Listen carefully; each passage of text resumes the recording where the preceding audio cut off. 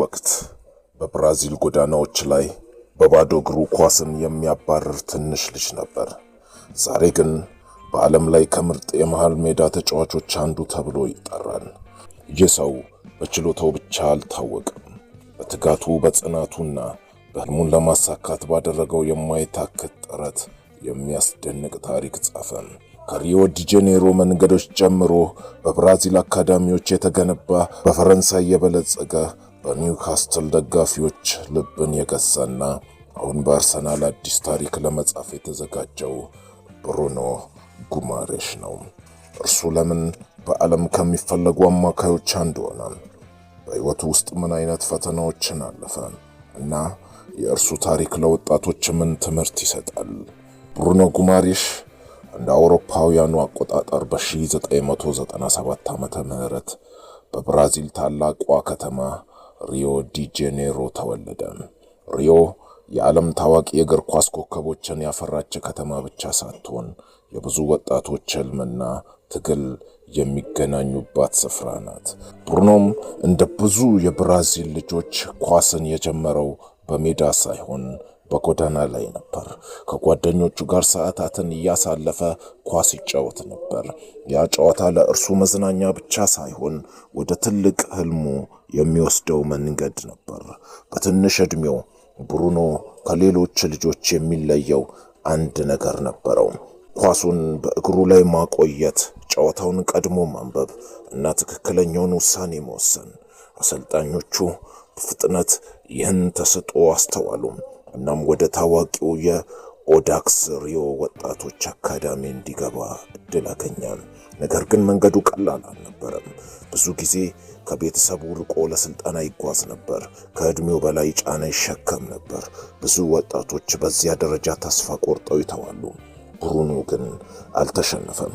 አንድ ቀን የብራዚል ማሊያ እንደሚለብስ፣ በአውሮፓ ታላላቅ ክለቦች እንደሚጫወት ያምን ነበር።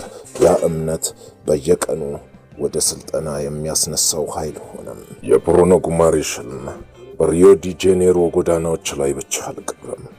እያደገ ሲመጣ የእግር ኳስ ችሎታውም የጎለበተ መጣም።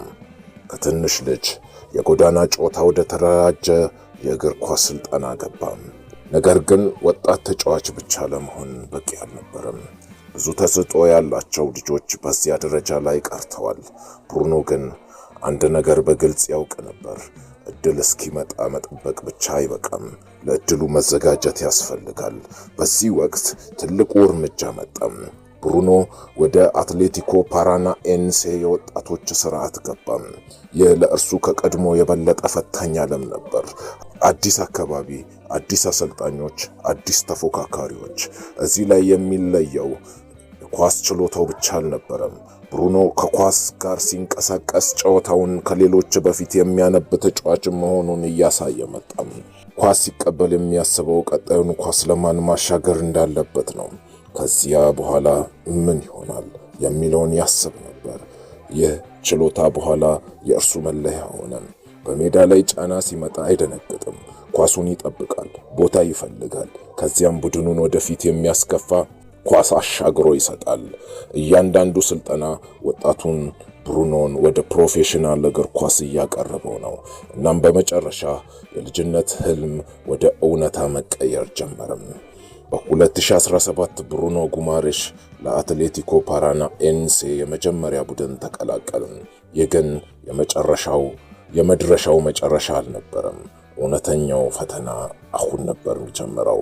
ከወጣት ተስፋ ወደ ታላቅ ተጫዋች መሆን፣ ከተመልካች ወንበር ወደ መጀመሪያ ቡድን፣ እናም ከብራዚል ወደ አውሮፓ።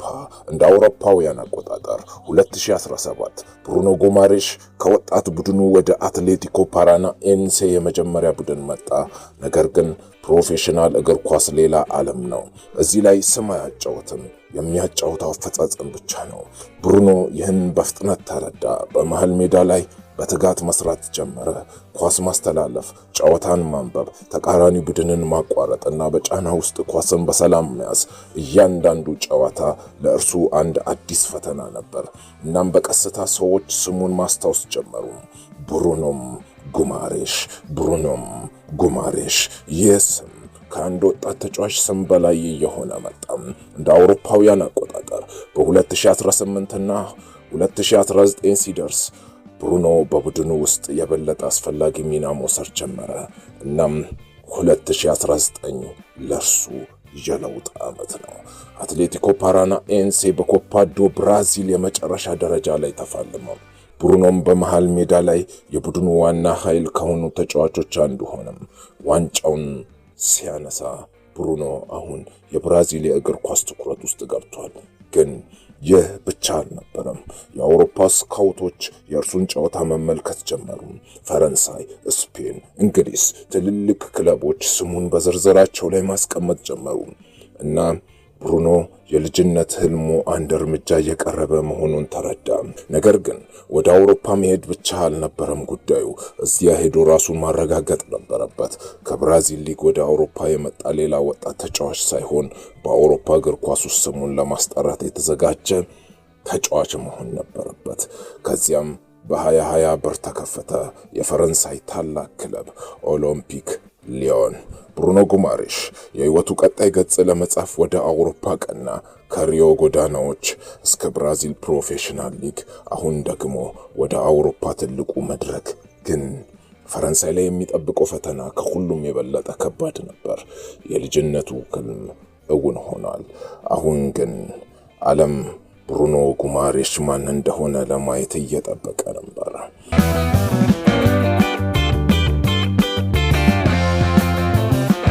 2020 ብሩኖ ጉማሬሽ ከብራዚል ወጥቶ ወደ ፈረንሳይ ደረሰ።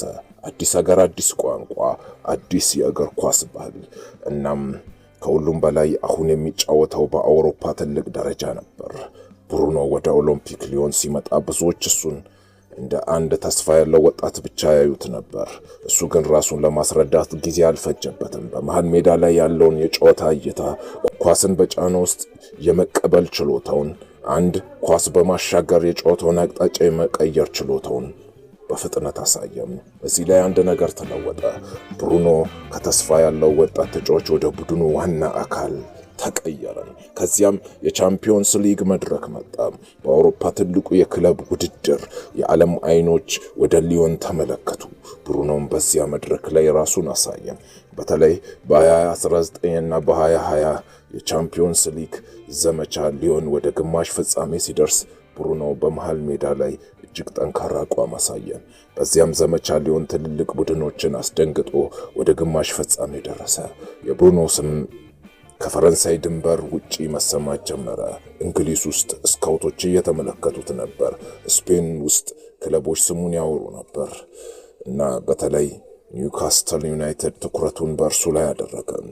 ነገር ግን የብሩኖ ጉዞ እዚህ ላይ ሊቆም አልነበረም። በ2022 አዲስ ጥሪ መጣ። ይህ ጥሪ ግን ከሌሎች የተለየ ነበር። እንግሊዝ ፕሪሚየር ሊግ፣ ኒውካስትል ዩናይትድ። ብሩኖ ጉማሬሽ በዚህ ጊዜ ከሚያውቀው የአውሮፓ እግር ኳስ ወደ አንዱ እጅግ ከባድ ሊግ ሊገባ ነበር። ነገር ግን የሚጠብቀው ነገር የአውሮፓ ሊግ ብቻ አልነበረም። አዲሱ ኒውካስትል፣ አዲስ የቡድን ፕሮጀክት እና አንድ ተጫዋች እንደ መሃል ሜዳ ሞተር የሚያስፈልገው ቡድን። ብሩኖ ጉማሬሽ ወደ ኒውካስትል ሊመጣ ነበር። እናም ያ ዝውውር የብሩኖን ሕይወት ብቻ ሳይሆን የኒውካስትል ዩናይትድንም ታሪክ ሊቀይር። 2022 ብሩኖ ጉማሬሽ ከፈረንሳይ ወደ እንግሊዝ ተጓዘ። ከሊዮን ወደ ኒውካስትል ዩናይትድ፣ ከሊግ 1 ወደ ፕሪሚየር ሊግ። እናም ከዚህ በፊት የሚጠብቀው ትልቅ ጥያቄ ነበር።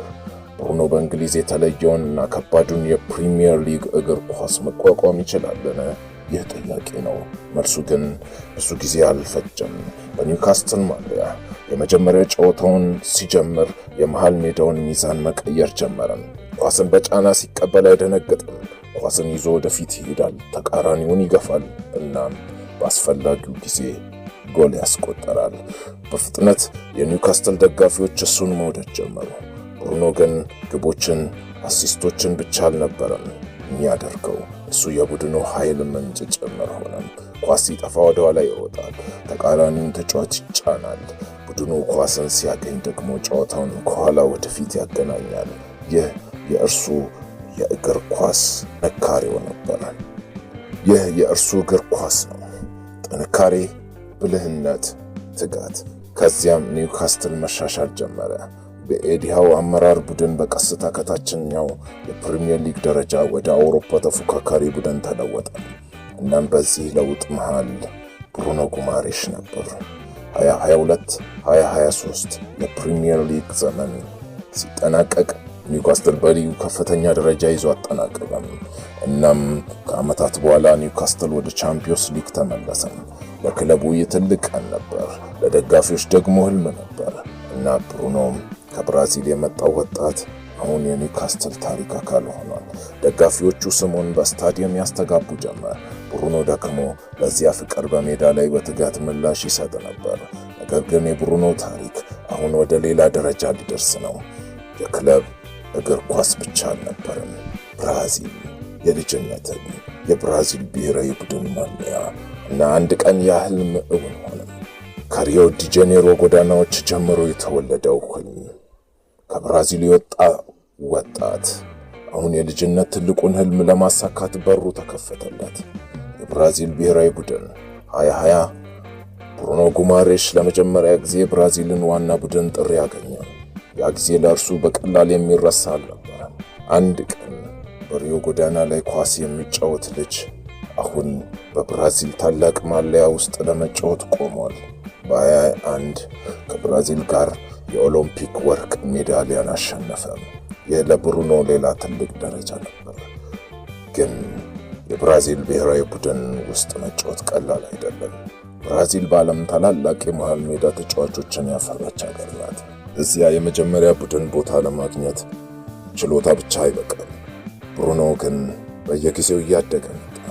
በ2022 የኳታር የዓለም ዋንጫ የብራዚል ቡድን አካል ሆነ። ያ የህይወቱ ትልቅ መድረክ ነበር። የዓለም ዋንጫ በቢሊዮኖች የሚቆጠሩ አይኖች እና በትከሻ ላይ የብራዚል ታሪክ ክብደት። ብሩኖ ከዚህ የዓለም ዋንጫ ላይ የሚፈልገውን ሁሉ በብዛት ባያገኝም የብራዚል ብሔራዊ ቡድን አካል መሆኑ ራሱ ህልሙ አንድ ክፍል መሟላትን ያመለክታል። ከዚያም ወደ ክለቡ ተመለሰም እና በኒውካስትል ያለው ስም እየጠነከረ መጣ። የብራዚል ማሊያ አንድ ህልም ነበር፣ የቻምፒዮንስ ሊግ ሌላ ህልም ነው እና ብሩኖ ሁለቱንም በህይወት ውስጥ እያሳካ ነበር። ነገር ግን በእግር ኳስ ላይ አንድ ነገር አለ። አንድ ህልም ሲሳካ ሌላ ህልም ይጀምራል እና የብሩኖ ቀጣዩ ህልም ምን እንደነበር ብዙዎች መገመት ይችላሉ። የእንግሊዝ እግር ኳስ ታላቅ መድረክ። አሁን ግን አንድ ክለብ ስሙን በተለይ እየጠራ ነበር፣ አርሰናል። ከሪዮ ዲ ጄኔሮ ጎዳናዎች ከብራዚል የወጣ ወጣት፣ ከሊዮን እስከ ኒውካስትል፣ ከኒውካስትል ደጋፊዎች ልብ እስከ ብራዚል ብሔራዊ ቡድን ብሩኖ ጉማሬሽ ረጅም መንገድ ተጉዟል። አሁን ግን አዲስ ጥያቄ ተነሳ። ቀጣዩ መዳረሻው የት ነው? ለብዙ ዓመታት በፕሪሚየር ሊግ ራሱን አረጋገጠም። አሁን ደግሞ ከእንግሊዝ ትልቅ ክለቦች ጋር ስሙ መያዝ ጀመረ። ከነዚህ ክለቦች መካከል አንዱ በተለይ የተጫዋቹን ባህሪ ይወድ ነበር። እርሱም ክለብ አርሰናል ነው። አርሰናል የሚፈልገው ተጫዋች ኳስን ብቻ የሚያቀብል አማካይ አልነበረም። በጫና ውስጥ የማይፈራ ኳስን የሚያሸንፍ ጨዋታን የሚያነብ እና ቡድኑን የሚመራ ተጫዋች ነበር። እነዚህ ባህሪዎች ደግሞም በብሩኖ ጉማሬሽ ውስጥ ይታዩ ነበር። ነገር ግን ከኒውካስትል መልቀቅ ቀላል አልነበረም። ብሩኖ በኒውካስትል ደጋፊዎች ተወዳጅ ሆኗል። እሱ የቡድኑ አስፈላጊ አካል ነበር። ስለዚህ የሚቀጥለው ውሳኔ ቀላል አልነበረም። አንድ በኩል ኒውካስትል የሚወደው ክለብ፣ የሚያምኑበት ደጋፊዎች የተገነባ ስም፣ በሌላ በኩል አርሰናል አዲስ ፕሮጀክት፣ ትልቅ ምኞት፣ የፕሪሚየር ሊግ ዋንጫና በአውሮፓ አናት ላይ የመድረስ ህልም። የለብሩኖ ቀላል ውሳኔ አልነበረም። ግን አንድ ነገር ከልጅነት ጀምሮ አልተለወጠም። ሁል ጊዜ ቀጣዩን ደረጃ መፈለግ። ከብራዚል ወደ ፈረንሳይ፣ ከፈረንሳይ ወደ እንግሊዝ እና አሁን ወደ አርሰናል። አርሰናል ውስጥ ብሩኖ ከዴክላን ራይስ ጋር የሚፈጥረው የመሃል ሜዳ ጥምረት ደጋፊዎችን አስደስቷል። አንዱ ጥንካሬን ያመጣል፣ ሌላው የጨዋታ ቁጥጥርን ያመጣል። አንዱ ኳስን ይሰብራል፣ ሌላው ጨዋታን ይገነባል እና በመሃላቸው የሚፈጠረው ጥምረት አርሰናልን ወደ ሌላ ደረጃ ሊያደርስ ይችላል። ግን ይህ የታሪኩ መጨረሻ አይደለም። ይህ አዲሱ መጀመሪያ ነው።